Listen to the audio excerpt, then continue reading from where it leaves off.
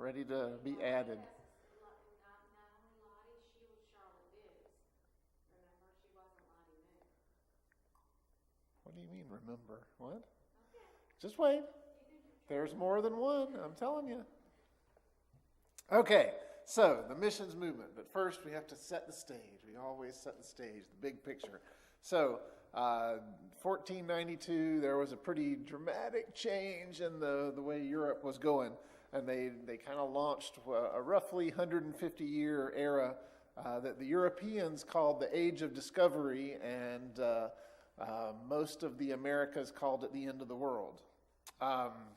So the people of Europe, Spain and Portugal were very prominent in that, also the English, and everybody else joined in eventually, but they called it the Age of Discovery because they found places where people already lived and they took everything from them. It was a really exciting time to be a European. The Portuguese were the greatest of the sailors.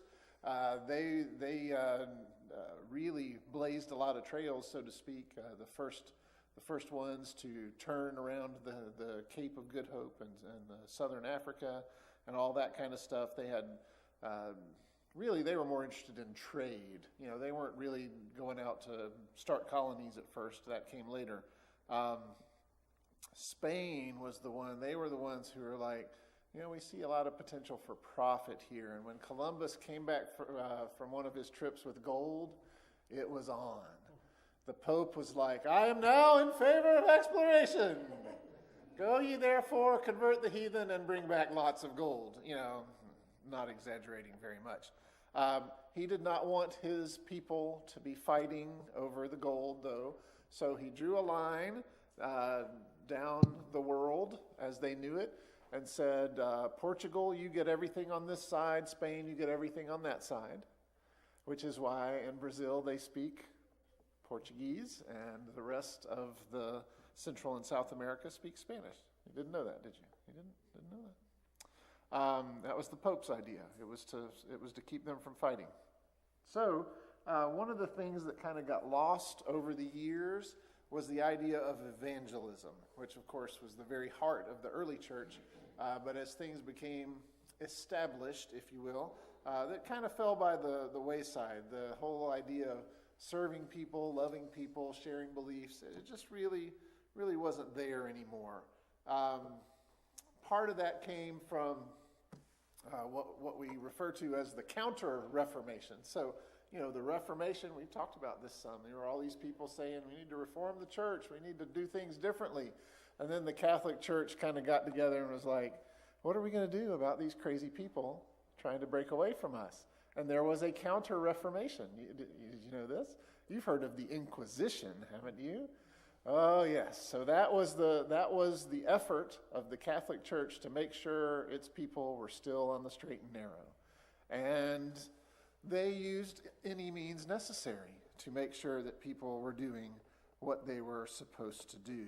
And so that's when you started getting away from the loving people into the kingdom into torturing people into the kingdom. And I'm not exaggerating, they really did. But you'll see where I'm going in just a minute.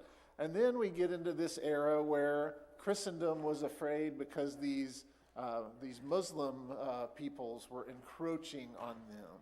The Moors, they're sometimes referred to as.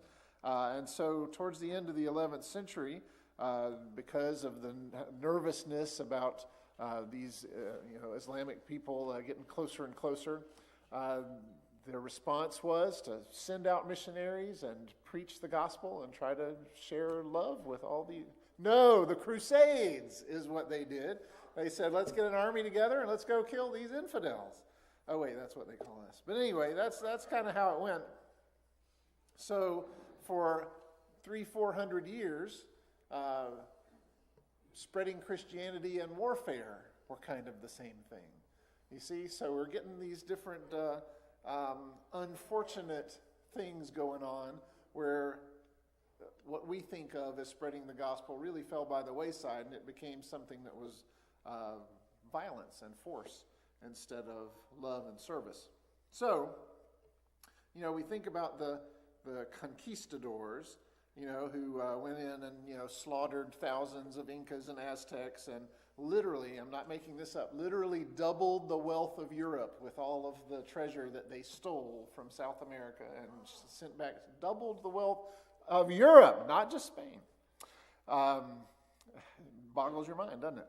And they weren't just nasty killers. Many of them were very devout people who had been convinced that the only way to save these savages was to conquer them. And so they just said, we make them into Christians by force. We start a plantation. We make them work on it, even though it's their land that we took for them. But we're compensating them by teaching them about Jesus. See, fair's fair. And boy, I mean, say what you will about the techniques. All of Central and South America is Catholic and speaks Spanish. So they knew what they were doing.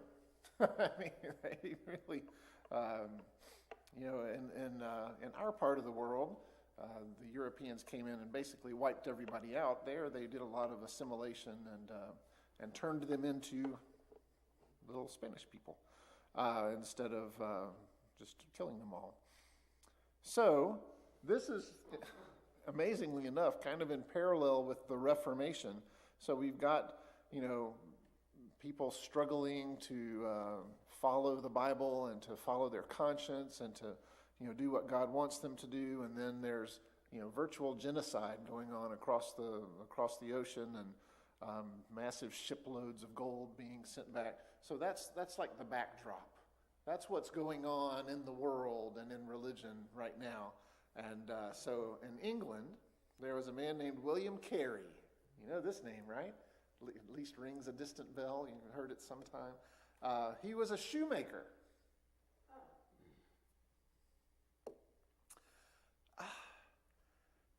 But he was a thoughtful shoemaker. And while he was making his living on shoes, he struggled with the things that the Church of England was teaching him. He wasn't sure he could quite buy in. He eventually joined a congregational church. And he taught himself, this is not your average shoemaker, taught himself Hebrew, Italian, Dutch, and French. Yeah, hello. Now remember, in England, at this point, the particular Baptists, the very Calvinist Baptists, had been in power for a great deal of time. Their mission, the idea of missions was not there. It was literally a non-thing. And so Carey was kind of within the system and would try to find other people that also thought, aren't we missing something here? He kind of shifted into being more of a preacher. He asked to be baptized. He committed himself to being a Baptist and became very passionate about sharing the gospel, which again was just not a thing in Baptist circles then. And so it was in 1786. He went to one of their gatherings of the decision makers, and he said, isn't it the duty of Christians to spread the gospel throughout the world? That's what I'm seeing when I read my Bible. And one of the leaders said, this is a quote, "Young man, sit down. When God pleases to convert the heathen, he will do it without your aid or mine." Calvinism. You hear it? But that was the mindset, was God's all powerful. If he decides he wants them to be saved, they'll be saved. Why do we? Well, Carey did not think that was a very good answer. So he wrote extensively, one of the great weapons of reformers, a lot of pamphlets, a lot of books. And it was one of his famous sermons that he used, Isaiah 54, and repeated what became his most famous quote, "Attempt great things for God and expect great things from God." And eventually, you want some evidence that this guy was a speaker and a half. He led the charge to form the Particular Baptist Society for Propagating the Gospel Among the Heathen. How you like that? That's a great acronym, too. It's the PBSPGH. That later became the Baptist Missionary Society. But for Calvinists to establish a mission society, that's big. And so Carey and some of his buddies that he had been cultivating were the charter members. They decided India was going to be their first target, and purposefully going against the Catholic approach to converting South America, he and his team went and they got jobs in the factories there in India. They learned the native language. They were self-supporting. They set up a school and began building up the local people and were focused on indigenous ministers being at the forefront of the ministry. You see how different that is. And they began printing the Bible in Bengali, the language there. So I mentioned this before, but let me bring this back in. The British East India Company owned a great deal of India. It was their factory. You know, they went in and made a factory and said, you're going to work in this and we're going to tell you about Jesus. That's your pay. Well, they didn't see any profit in missions. And it was disruptive to their work there, their business there. And so Carey and the other missionaries had to actually go to another section of India that was run by Denmark. They just kind of divided up the country, and that's how it went. And so he continued writing translating the Bengali Bible, then started Sanskrit. He just kind of picked up languages like I read the back of a cereal box. And he started trying to help English people understand the Indian culture, which was an interesting idea all by itself. By the time he died, the mission that Carey started had produced Bibles or portions thereof in 44 different languages and dialects. Man, crazy. So that was kind of the beginning. He was the one that kind of was the symbol or the point at which things started to shift. Now, over in America, it all started under a haystack. Have you ever heard of the haystack revival? That's just because I haven't been around long enough. Williams College. There were a great number of very motivated students, very bright people at Williams College. They had been talking a lot about missions and the need to spread the gospel. And as the story goes, one day they were out and got caught in a storm and took refuge under a haystack. You know, there used to be just stacks of hay around in fields, and they got under there as shelter. And they had what came to be known as the haystack prayer meeting. And during that time, as the storm raged and they just kind of, it's got to be itchy in there. But anyway, hear me with my allergies. But that was the moment that they said, that's when we knew missions was our thing. We knew that was the cause that we had to give ourselves to. And so many of them went on to Andover Seminary together, and it was their networking and championing that resulted in the American Board of Commissioners for Foreign Missions. Baptists were not good at names of things yet. The ABCFM in 1810, and it was... these were Congregationalists, but they were committed to missions, the first mission organization in the United States. And after many mergers and many new names, it is still, that organization is still the missions arm of the United Church of Christ. Still here and with us.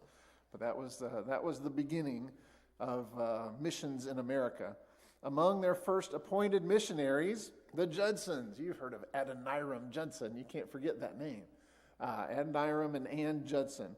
Adoniram had met a British soldier who had been stationed in Burma, and he just thought, God spoke to him through hearing those stories, and he's like, I know I'm meant to go there.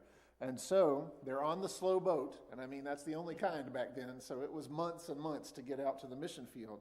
And so he's working on translating the Bible from Greek to English. He's doing it kind of longhand by himself as a discipline for his own study, and he was convicted. As he worked on the Bible, he thought, infant baptism isn't in here. This sounds familiar, doesn't it? This has happened to several other people. So here's what's funny. They get to India. Remember, they were sent by what we call the United Church of Christ, the Congregationalists. By the time they arrived on the mission field, they knew that they were Baptists and not Congregationalists. So what would you do? I know what I would do. Here's what they did. They wrote back and said, sorry, we're not Congregationalists anymore. And literally cut off their support just as they got to the mission field. That's conviction right there. And I might have soft pedaled that for a month or two or something. I don't know. But nonetheless, the Carey mission supported them and kept them going. But they wrote back to the Baptists and said, hey, we're in India. We need help. Here's something that you don't hear a lot about. We've kind of whitewashed this stuff, and I'm not going to get into gory details, but getting up, even through the early 1900s, the mission field was largely a place where people went and died quickly. There were a few who were on the field for 40 years, but most of them, or it's more like a few months and then a mosquito bit them or something. Think of all the diseases and all the complete lack of medicine back then and no understanding of how things were caught. So they would go into these very rugged conditions, diseases their bodies weren't prepared for, hardships, and sometimes the native peoples were not happy that they were there. So some people were martyred in the classic way, but they called Africa the graveyard of missionaries for a long time because people would go and die. It's not for the faint of heart. But anyway, they just had a really hard time. They had their son, Roger Williams Judson, who died very young. They were just struggling to learn the language. They were trying to understand the people. And so Adoniram would go and hang out at the temples and the Buddhist temples and try to learn. And he came up with some really great ideas. He was just very, very visionary in this sense. Because the Buddhist priests, the monks, would always wear usually an orangish robe. You've probably seen pictures. It's still very similar today. He started wearing a similar robe, but he would wear white so that he wouldn't be confused for them. But people would say, wait, are you a priest? Are you a monk? He opened what they called a zayat. That's what the monks would do, a place where the Buddhists would come by and have conversation about, and ask questions and things. So he had his Baptist zayat and did what they were used to. He did things the way that they did things. And after 6 years of work, this is the part that's really, we get frustrated sometimes. We haven't had anybody join the church in 6 months. 6 years, they had their first convert. Man, what a day that must have been, huh? And it was a member of the Karen tribe. You may have heard that pop up because today, it's actually been the last probably 10 years, they've been systematically driven out of modern day Burma by the Muslim folks. But anyway, the Karen tribe, this is a culture group, not necessarily a nationality. They were fairly simple people, we might say, in terms of religious thought. They were kind of animists, which many kind of ancient cultures were. But they had legends about the parents of their race living in the garden of the Creator, forbidden fruit, all these things that were incredibly similar. And so the missionaries were able to help them see, these legends, this is what actually happened. This is the story that you've been telling, and it leads to Jesus. And so they really caught on as a people group, and within 25 years, there were almost 12,000 believers in the Karen people group. And that has been a big focus of the Cooperative Baptist Fellowship in the last several years. The Judsons did not enjoy much of the success that came. They did not live long enough to really see the fruit, but they laid a lot of groundwork. They established a lot of good precedents in terms of technique and meeting the people where they are and adapting to the culture, translating the Bible into local language, starting a school. This became the playbook for missions for, a long, long time afterwards. And really, their dedication to learning the culture of the people became a really high bar for future people.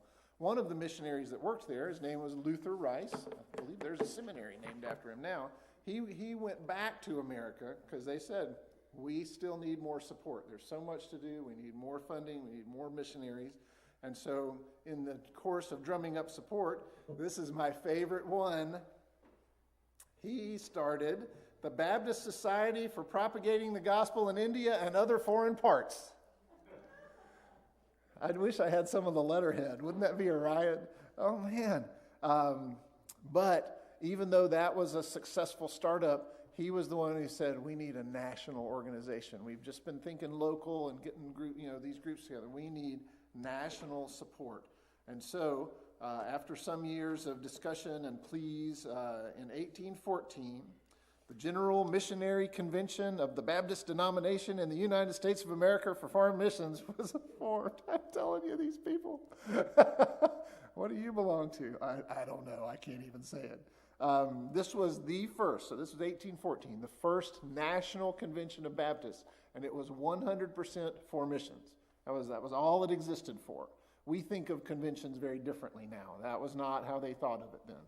It was to get together for missions. And so they met every 3 years just to talk about what was going on and to discuss policy and such.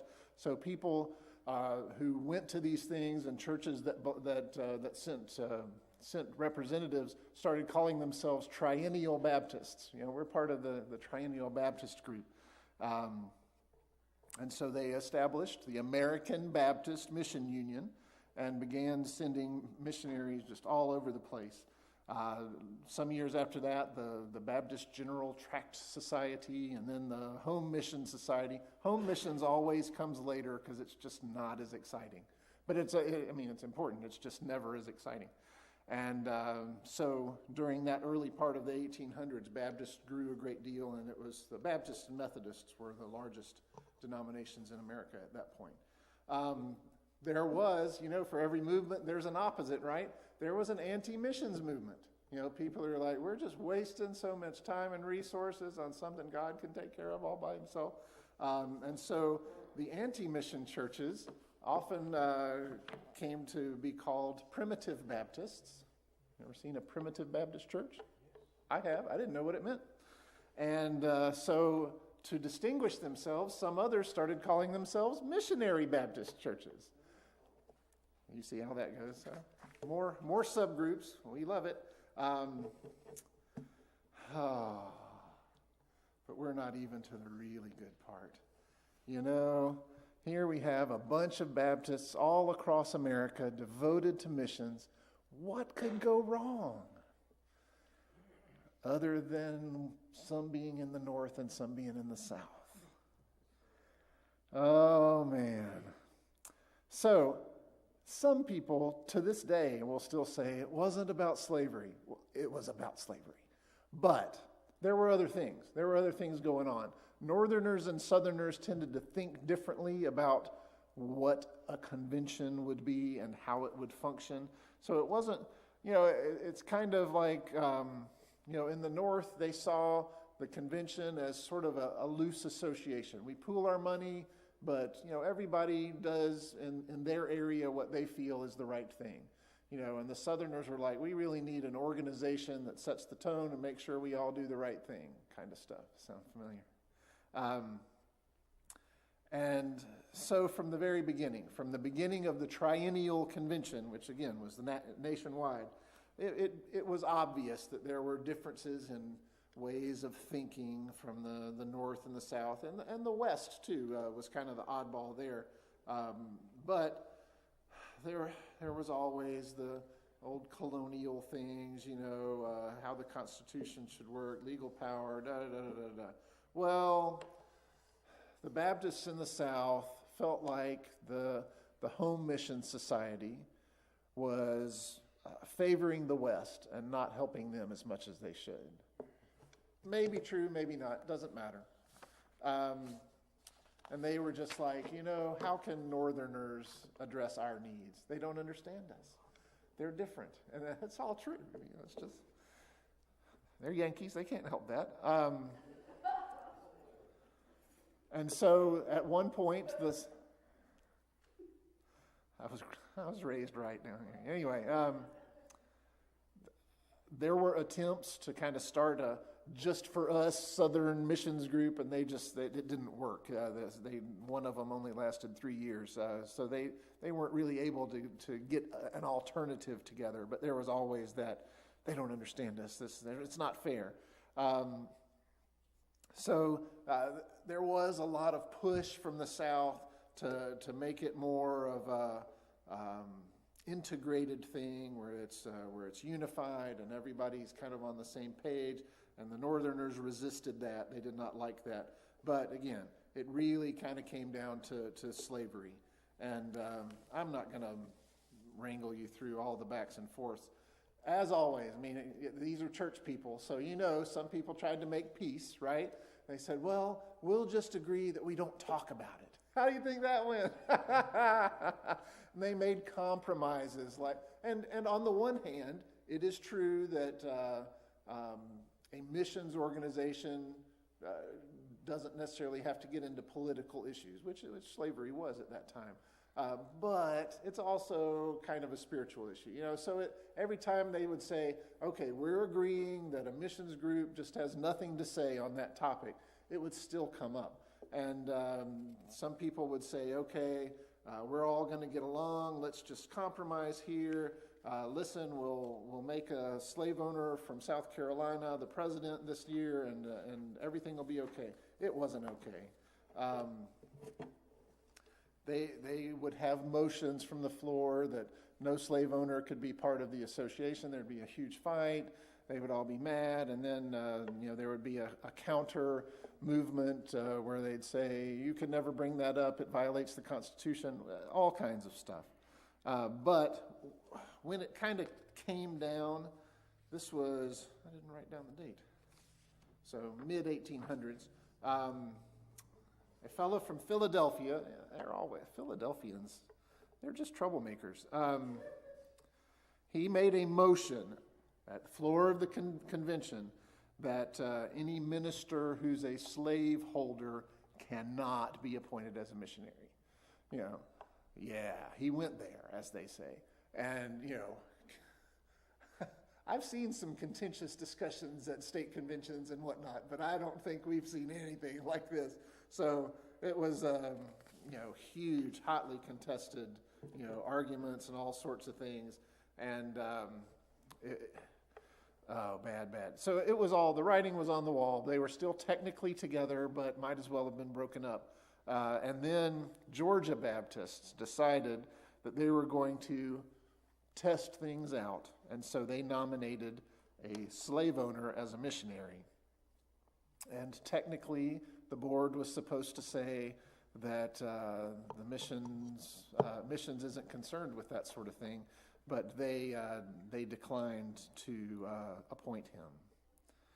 And that was when Alabama Baptists, Georgia, Alabama, Alabama Baptists, demanded that the Mission Society treat slave owners and non-slave owners the same. They should be equal. And when they pushed harder, the board of the Mission Society said, "No, we can't do that.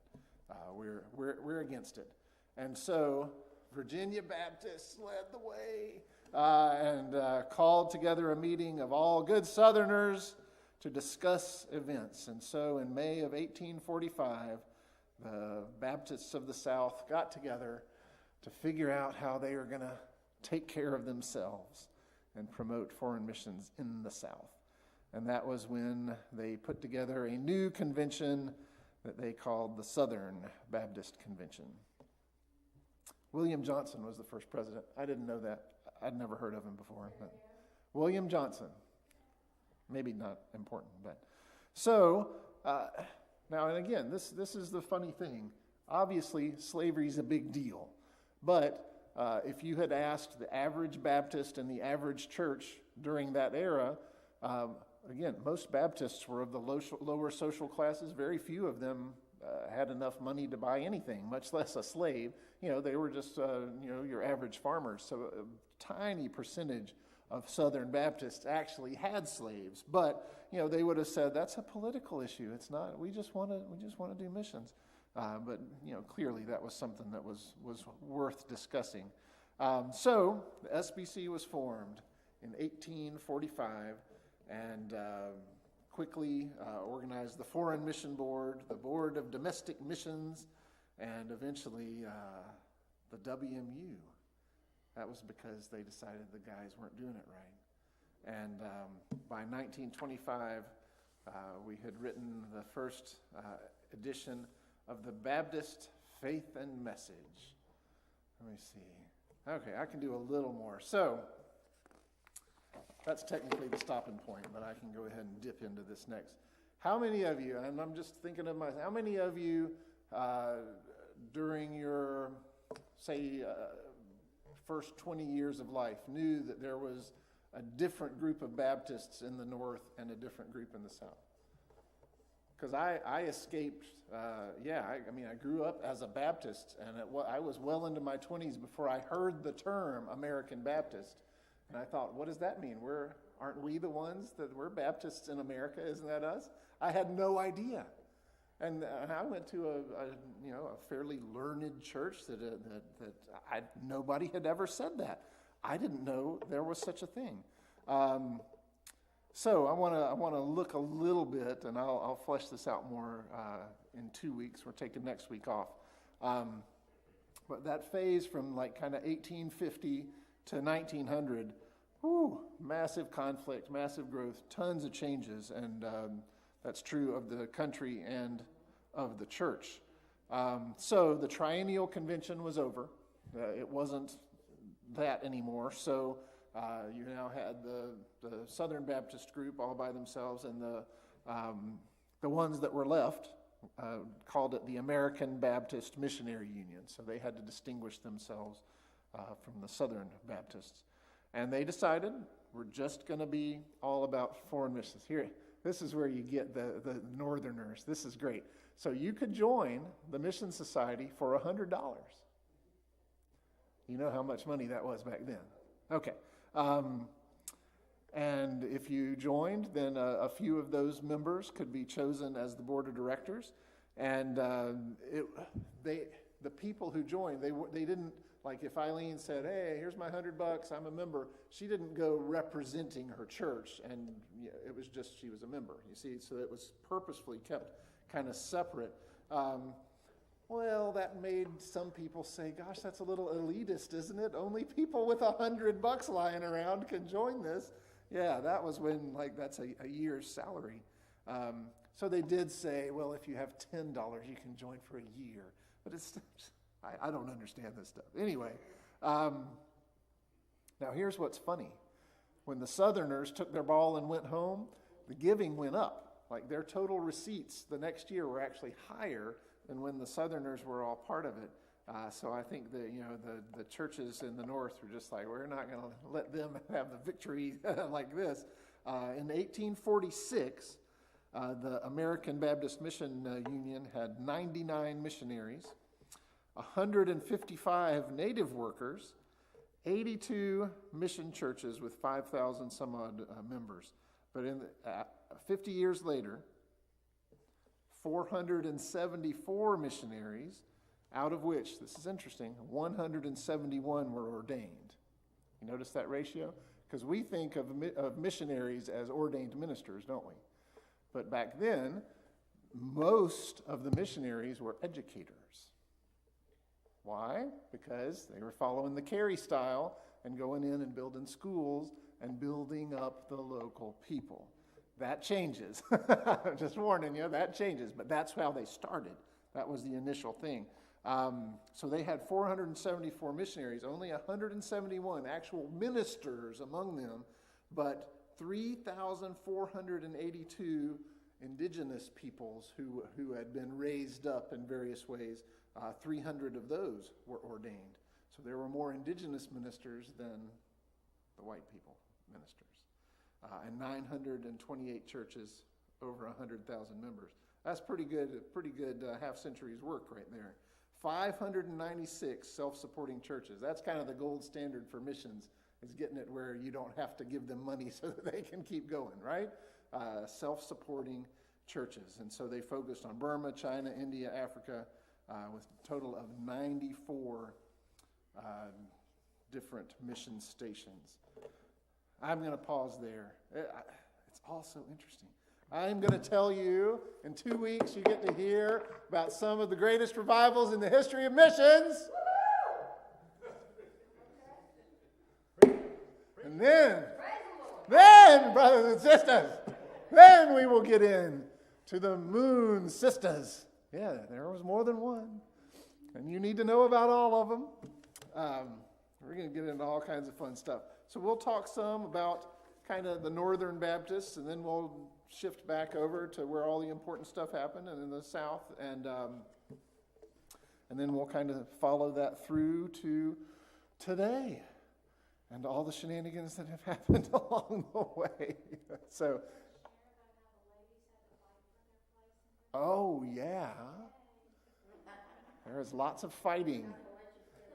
That's right, the ladies fighting for their place at the table. Oh, it's in there. Yeah. Yes, I'll include the part where they told Lottie Moon she was being a little too pro-women. Oh, yeah. They hadn't invented the phrase, rip 'em a new one, but boy, she did. That's what she was awesome. So any questions or comments before we wrap up for tonight? Thank you for doing this. Oh, this is fun. I kind of like it in here. Should we keep doing this, or do you like the room?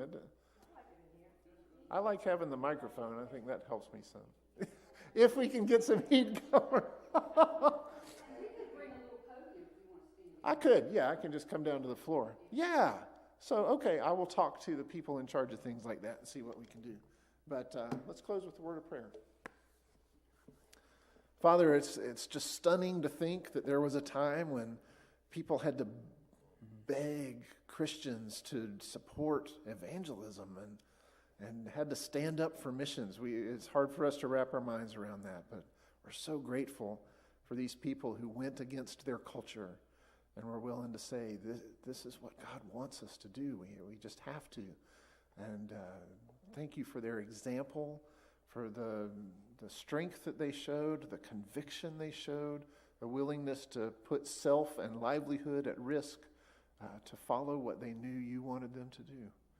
And Lord, it can't help but inspire us. And we ask that you continue to teach us as we follow this story, as we learn about who we are and these important people from our past. And just teach us, make us better for this, and encourage us all the more to be like some of these people who did such great things simply because they believed you were calling them to do it and had no other choice. We're thankful for the chance to do this together. It's in the name of Christ we pray.